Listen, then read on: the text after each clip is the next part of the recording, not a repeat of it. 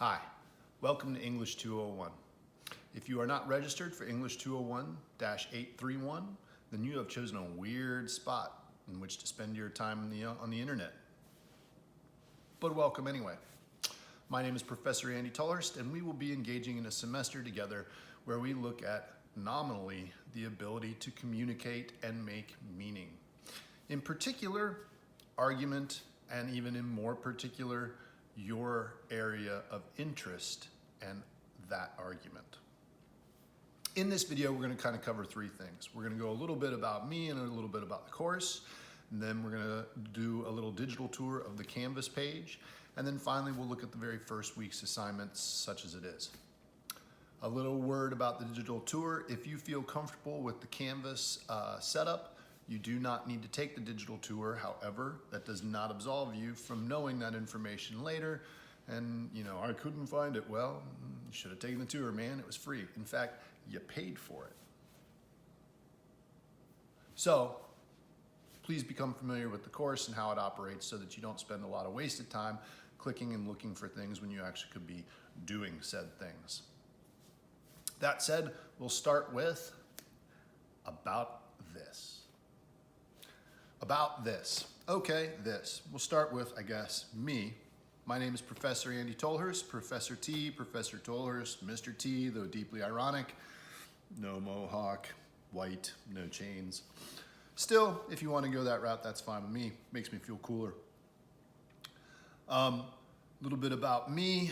My area of expertise is actually in literature, modern American literature at that, and uniquely cultural studies, which means recently a lot of my academic area of interest and time has been spent writing and researching about surfing, particularly surf tourism as it relates to Central America and some of the Caribbean, but yes, surfing. I know it sounds like a really elaborate way to just get paid to write and talk about surfing. I'll never admit it, but it's not. In fact, what you'll find is that it's a lens through which to view the larger problems that we all engage in, no matter what our area of interest in.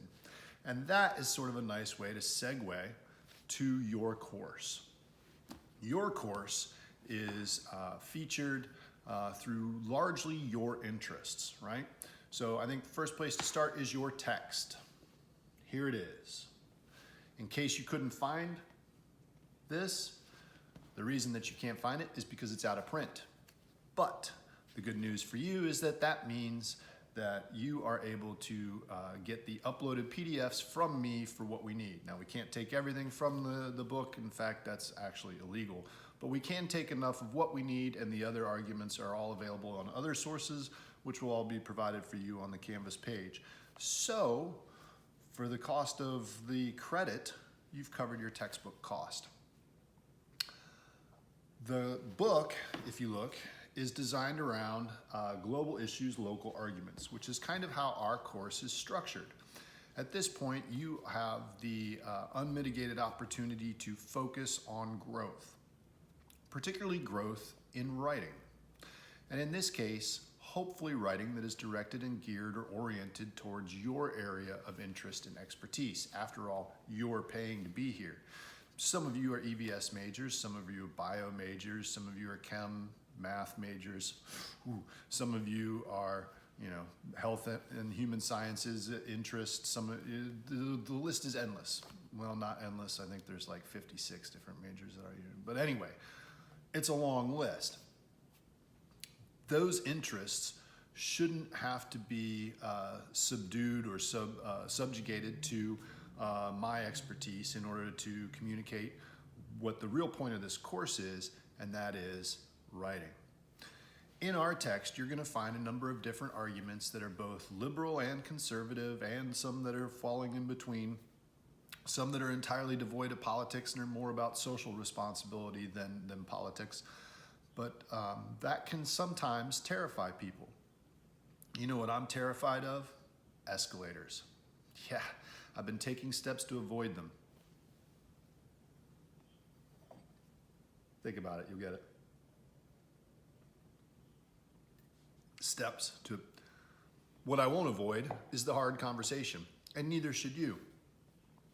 In the different arguments that we encounter, The viewpoint or the ideology backing is not of an interest to us. We're not here to teach that. We're here to teach composition. So our big questions are always going to be, how is that argument structured? And how does it communicate meaning? Right? Does it do it well? Does it do it effectively? Does it fall short? Where? How does it communicate meaning? How did they do what they did?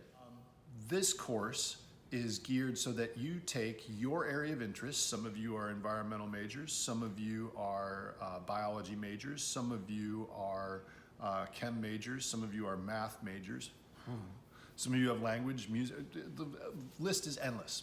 Well, no, not endless. I think there's like 56 at our university, but it's a long list, too long to do here. Point being, we're going to ask you to take your area of interest and pair it to some social issue of rhetorical exigence. What's rhetorical exigence, you ask? I'm glad you did, because let's get that out of the way now. You have and are paying for the opportunity to have unmitigated focus on growth.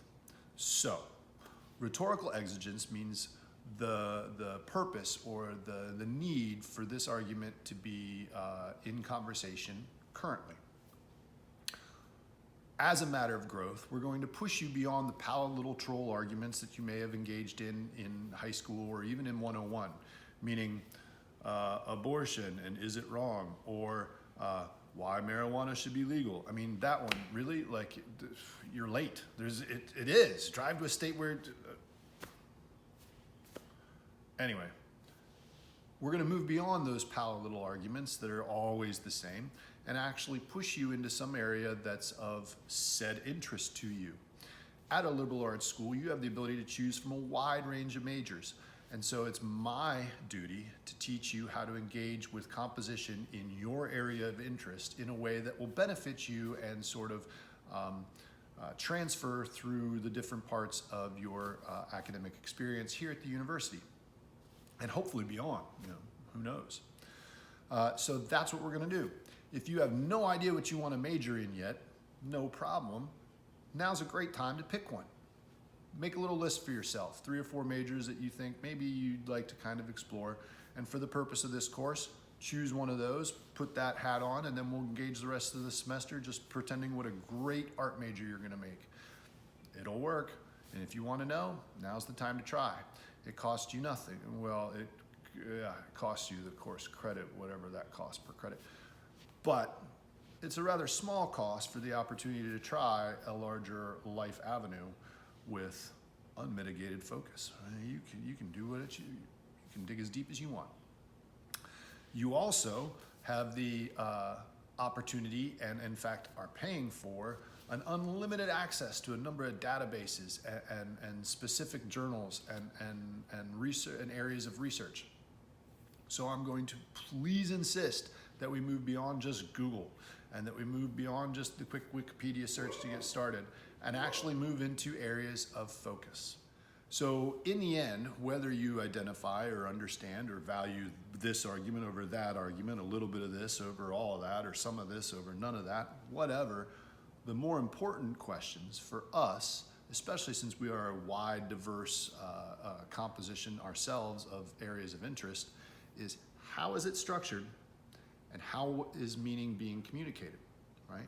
If those two items transfer, then you can write in any lens that you want, in any field that you want, including surfing, about some of the very same issues that they'd be writing about in any other form or field.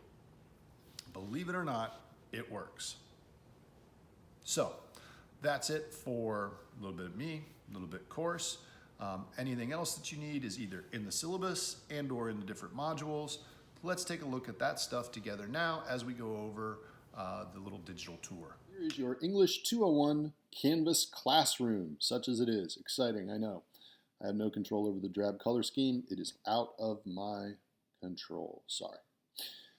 You'll notice that when you log in, every single time that you come to the home page, it is geared to drive you directly toward the modules, also available under the Modules tab. The very first module that you come into includes our syllabus, useful since you'll need it in week 1, which we'll talk about later. But it's always here and always available. It is the guiding contract for our semester. If there is ever a question about what is to be done or how it is to be done, the answer lies within. Seek it and ye shall find it. You'll notice, and I want to call your attention to this next little module, which is called Grading Materials. It is a list of a bunch of resources that I'll be referring you to at various times as I engage with your journals or your reading answers and or your essays themselves. I'll say things like, hey, review the sample works cited page in MLA format, or hey, semicolons seem to be a recurring issue. Take a look at semicolon rules under our grammar grading module. Other things like, and this is a personal pet peeve of mine, punctuating titles. When to use titles, underlining, and quotation marks, right? I know it's a tricky skill, but you're college educated. Now's the time to hammer it out and make sure you know it, right? And in case you don't, you can look it up here quickly. Anyway, all of these are different various resources designed to highlight the most frequently asked questions engaged in composition.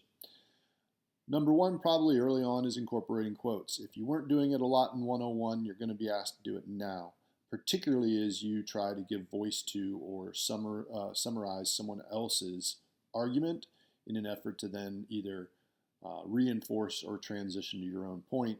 Quoting is essential. So if you haven't done a lot of it, you'll find me referring you back to these, like how to avoid a dropped quote, what is a dropped quote, what to include in a quote. All of these are resources meant to help you with your composition. So if I refer you to them, there's how you find them. The next thing you'll notice is that each module is dedicated to 1 week of the class. Every week subsequent the first week is still currently locked for you, but they do indeed exist. And you can probably see some of the assignment details under Assignments tab, but there they all are, every single week laid out for us in its entirety. Starting with the first. In general, if you drop down each week or module, you'll find the necessary assignments for the week with their due date listed as well as their associated points. You click them open to discover more about each. Sometimes it'll be a submission. Sometimes it'll be a discussion board. Sometimes it'll be something entirely different, video or a linked PDF. On discussion boards, please be aware of this information. The very first time we do this, I've included it for you in the discussion board assignment so that you can be sure as to what the requirements are. I'm not going to read them to you here because indeed you can read, but there is a grade for your response, and that response should be predicated on these details, right? So please be aware of what they are. Okay, in general, that's how you progress through the course, right? You come to the home page. If you need the syllabus for some point of reference, there it always is at the top. And then you go to the week that you're on, right? You can close them as you go so that your screen doesn't get so crowded. And we'll keep moving through the weeks until we get to our final ending of the semester.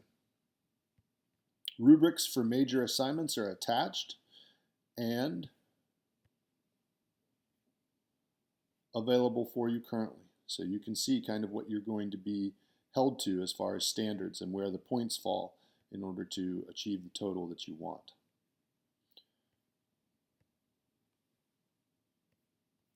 As I said, this is your home page, but if you want to see some of the assignments that might be in other locked weeks, you can access the assignments through the assignments page. In general, our class has 3 kinds of assignments: those with a journal weight, those with assignments, and those of quizzes. Your major essays count the most, right? So please be aware of each and note how much of your grade they actually make up. Why shouldn't they, right? This is a course about writing. Your major writing assignment should probably count the most. If you're curious what counts more than anything else or how the grading breaks down, I'm glad you asked. Check out the syllabus and you'll actually be forced to in one of your week 1 assignments. Right there it is. Tricky. Okay. The other thing to note on Canvas is people. Eventually, we'll be adding project groups. Here is how you will find your group and your people. You go to the people page and you go to your project groups, right? We haven't added any yet, so as of now, it's blank, but you'll each find that you'll be associated with a group depending on our initial interests and lenses that you'll be choosing. More about that in the first week. Modules just always takes you back to the home page. Discussions will be not so much useful to you. If you have a discussion board, it's going to pull you right to it. But if you wanted to go back and look at a previous one for some reason, maybe there's research in there that you wanted, somebody posted a source, discussions leads you back to the discussion board. Chat you can use to talk to each other. Collaborations you'll use to complete your group annotated bib. It's not a hard function. In fact, I'll be able to walk you through it when we get to it in that week. So those are some of the basics of Canvas. Obviously grades, you can always find your grades. And announcements come out through your email, but are also always available here. And you can see they're all set up, waiting to go, being ready to announce the beauty of each week. So that's it. Basics of Canvas. Hope it was helpful. Okay, here we are. Back. We're going to break real quick, take a look at week 1 and exactly what is due for week 1, where to click, how to turn it in, where to submit, when to submit, never submit, and basically what you need to get through, right? Let's do that. Let's take a look at your very first week. In general, most of our assignments are always due Sunday at the end of the week by midnight. I do this in order to give you a chance to sort of balance the work as you need and as you see fit. However, I also anticipate that this counts as a full 3-hour credit course. So to save all the work until Sunday near midnight is a certain path to doom and failure. Please don't do that. Instead, take a look at the week, at the beginning of the week, balance your workload as appropriate for you so that by Sunday at midnight everything is submitted. However, it is not always Sunday at midnight, so be very alert to the different date details such as they are. Let's start with the first assignment due, which is a syllabus quiz. I've uploaded the syllabus for you here. It's also available under the modules, and the quiz itself will walk you through some of the highlights and more pertinent parts of our syllabus. It is our contract on the year, so please make sure that you know it. You will be held accountable for it, so I would invite you to spend the time reading through it, and the questions aren't terribly hard. Yes, you can have it open while you answer the quiz, though you can only take the quiz once, so please be cautious about your answers. The next due date that you have is the Chapter 1 reflective writing. This is our very first effort at a discussion board, so we'll go into a little bit of detail here. You are to read Chapter 1, which I've given you here in a PDF, and then choose one of the options under reflective writing on the last page and post your initial response by the 22nd at midnight. Initial response requirements are as such. They should be at least 200 words. They should be insightful and try out new ideas, engage further discussion. They should demonstrate a strong understanding of the reading, in this case the first chapter. They should include textual support that makes claims made in the post, including quotes and specific examples. You should try to post on time because your classmates are going to be posting in response. And if yours is late, well, then they don't get a chance to respond to you. Also, your quality of writing, right? Every chance in a course built around composition is a chance for practice, and composition, like most other skills, is also one of muscle memory, right? In this case, that of the brain. So every chance that you get the chance to practice, try to write your best. Anything less than that is simply to reinforce bad habit, which we already have enough of, all of us. Instead, use these discussion boards as a place to really dial in your necessary small skills. And then that way, when you are focused on larger revisions in a larger body of work, you're not quite as worried about the small skills since you've spent the opportunity in these smaller contexts to write about them. Initial post, those are your requirements.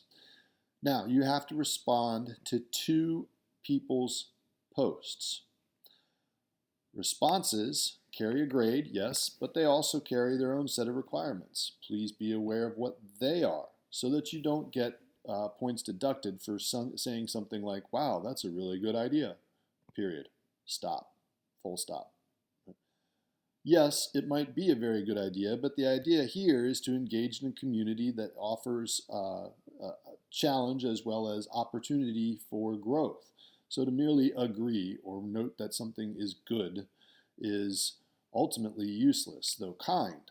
So at least you're empathetic, but we want to try to actually focus on growth this semester. So, such as it is, pay attention to the requirements for peer responses. Okay?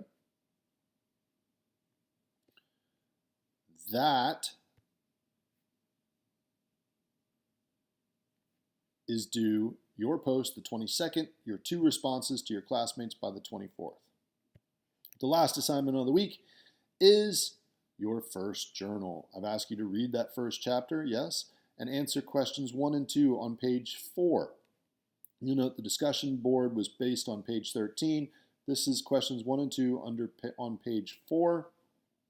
And complete all the questions under exploration 3 on pages 12 and 13 by the 24th. We'll make the date change here. By the 24th at 11:59. 24th at 11:59. Okay? So, in general, there's your first week's work. If you have any questions, please don't hesitate to email. Remember, Mondays, though it's not helpful this week, but in general, Mondays from 12 to 2, you can reach me and we can FaceTime and or meet in person and or just email to get your problem solved. Week 1. Good luck. Okay, that's it. That's your first week in review. Hopefully you don't have any questions. Remember, Mondays, 12 to 2, Lutzy Hall, 115. You can find me there if you want to show up in person and ask a question. Those are my office hours. Please send me a little email before arriving so that I know to be sure to be in there and not somewhere else on campus, because as you'll discover, it is sort of a little cave dwelling. You know, there's no windows. I have a painting of a fake window, but it's sort of this sad little interior prison. So, usually I like to be somewhere a little more open. If you are coming, though, I'll make sure to be there. So please let me know by email. Usually I like to part with a good joke, but I can't remember any of my boomerang jokes. Don't worry, they'll come back to me. Have a good first week.